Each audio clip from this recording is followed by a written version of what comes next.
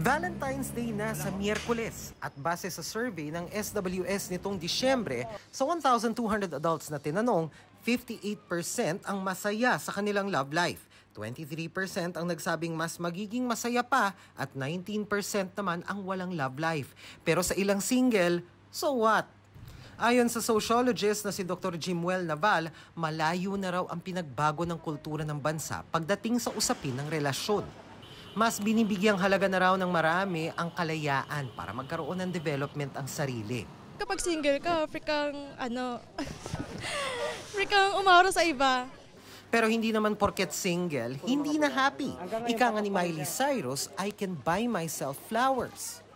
Pasok sa top 3 Valentine's wish ng mga Pinoy ang bulaklak. Kaya ang bentahan sa Dangwa muling umaalagwa. Ang mga bouquet dito, 350 hanggang 2,500 pesos, depende sa klase at laki. May pakulurin kung ang gusto mong iparating na mensahe ay everlasting na pagmamahal. Ito, inaabot na itong ilang taon. Huwag lang itong mabasa. Kasi pag nabasa, naglalagas to. Pero kung fresh flowers ang hanap, tumaas na ang presyo nito mula 200 hanggang 1,000 pesos kumpara nung nakaraang linggo. Dahil mahal ang bulaklak, why not i-cash na lang? Pera ang numero unong Valentine's wish ng mga Pinoy, kasunod ang love and companionship.